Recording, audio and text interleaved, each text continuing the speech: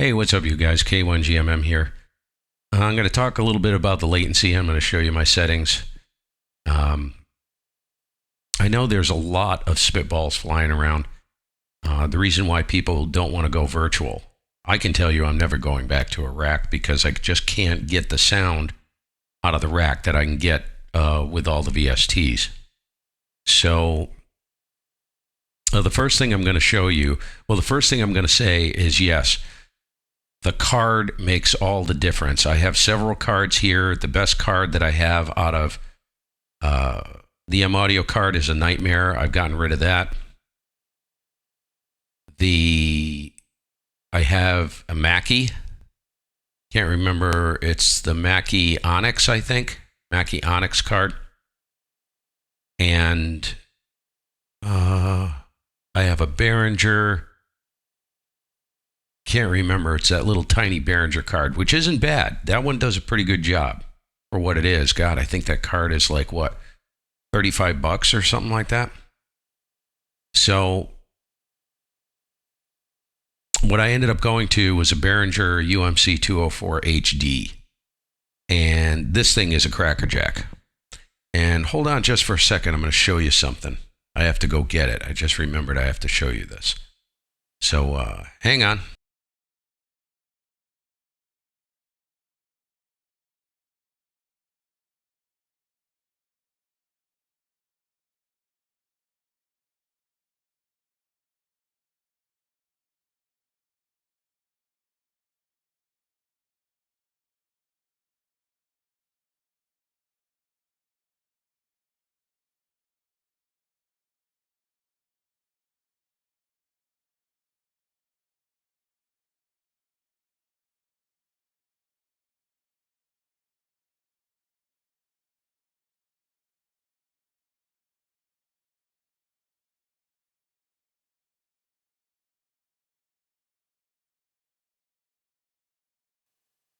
Ill prepared, right? Ill prepared. So I was saying cards can make huge. Well, actually, the sound card you use will make or break the system. There's plenty of great sound cards out there. So I just went through the sound cards that I've used. So this UMC 204 HD is a great card, capable of truly terrifying low latency. Whether it has more to do with the computer, I don't think so. And I'll tell you why. So let me show you this. This is a Tascam 1641. This is a studio recording card. 16 channel card, 8 in, 8 out. And I can't tell you how many times I did overdubs on the drums. And let me see if I can kick the audio up a little bit. How many times I did overdubs on the drums where I had like 8 to 12 tracks running and I was monitoring, and I had 8 tracks going, 8 microphones from the kit going into the card. And if anybody who's been in the studio knows what overdubbing is, you can't have any latency there. You can't. It makes it virtually impossible. And I would cut in tracks and stuff. I'd go in and fix things as I was constructing parts and stuff like that. And I used a foot pedal to punch in if I was alone. And there was no noticeable latency. When I tell you this is why I'm showing you this. This was a very expensive card. This was like $700, I think. And this thing is like over 15 years old. Runs at 44.1 kilohertz, which is plenty. And the latency was unnoticeable with that card. Now, keep in mind, I wasn't running a great computer. I was running an old AMD 6-core. I still have it. Still have the board and everything. It's junk. It's literal junk. I was running that computer on that. And you want to hear something crazy? I used to use an old Acer laptop with that card plugged into it. It's just a USB. I don't even think it's a USB 2.0. So no noticeable latency. So it comes down to the card. I just want to say that. I'm convinced it has to do with the card. Now, the cards have gotten much better. I'm not pushing the Behringer on anyone. I'm just sharing my experience, what I found. And I'm not going to go on this big diatribe. But I'm going to show you what everything's doing here so you can get an idea. I can kind of put this to rest as to people's misconceptions about virtual audio. There doesn't have to be any latency in virtual audio, especially hitting a transceiver. So when I show you the latency figures and the round trip latency, it's freaking ridiculous. It is so fast. And I'm not even pushing it to its fastest level. It's just everything behaves itself the way it is now, and I can't hear any latency. And if you were to Google the amount of latency that I have, yeah, it's stupid. Stupid fast. So, and I can monitor through the radio in real time. When I'm talking, I can kick the monitor. I hate listening to myself, so I don't like doing that. So, make sure those are off. And, yeah, let's get over to the other screen. Come on now. Okay, so as you can see, I'm running, this is a YouTube profile, not for the radio. But if we go to the UMC control panel, so you'll see right here, I'm running 64 samples, status 48 kilohertz, current sample rate, buffer setting 64 samples. I am running in safe mode, and I have 2.33 milliseconds input latency and 2 milliseconds output latency. That's 4.33 milliseconds round trip. That's ridiculous. That is ridiculously quick. And I have yet to hear anybody tell me, I always ask on either the Sun or the Anon if they hear any stuttering or chopping. And not a single person has said that I haven't.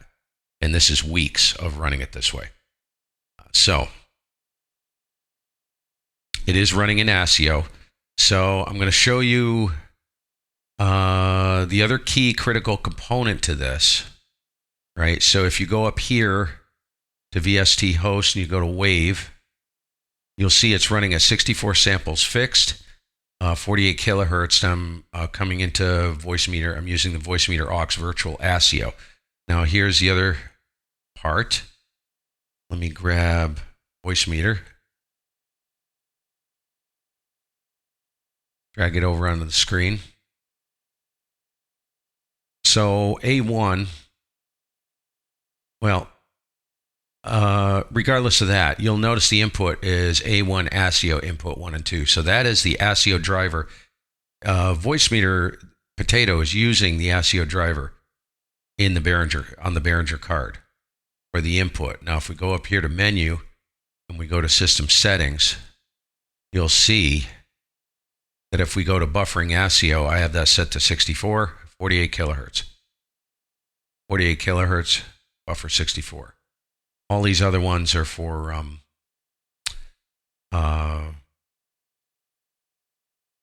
the different drivers used. So I use a virtual audio. I use a few virtual audio cables to pipe audio all over the computer.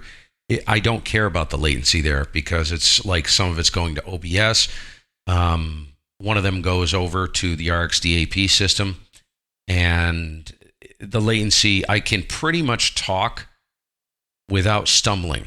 If I were to kick the monitor on the radio and listen through the RxDAP system, I can. It's a little tricky, but I can actually talk through it, and it's not that bad. And that's running at 1024. I leave that at the default on the, and then they are running on MME. Okay, I could probably shift it and maybe play with these numbers, but if it ain't broke, don't fix it. But as far as hitting the radio, yeah, that's nothing. All right, let me jump over to the other screen. So this is the sun. Come over here, go to sound card. So this is all connected to voice meter potato. And I'm running at 64 samples here. Now I can actually turn on the monitor over here and set this.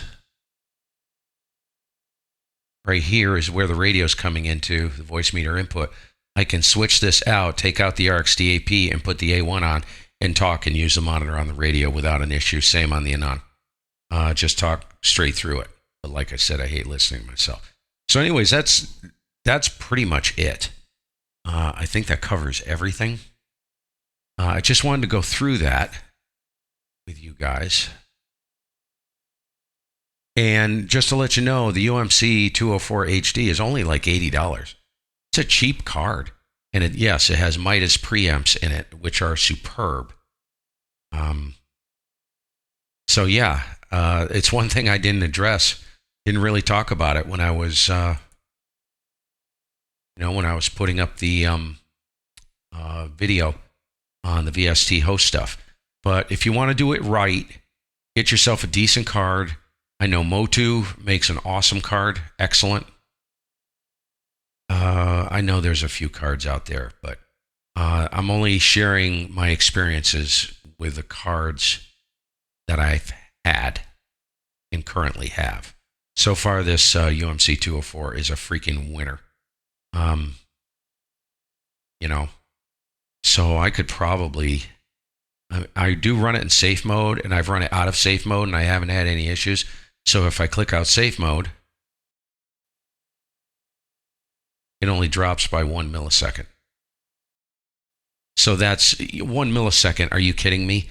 Just for the safety, running in safe mode and the security of making sure your audio, nothing happens, doesn't go sideways on you, it's worth running it in safe mode. I've run it as low as 16 samples, which, believe it or not, it's no different. Not much different in latency. So there's no point in pushing it any further than this, right? Just want to share that with you guys. 7-3. We'll catch you all later.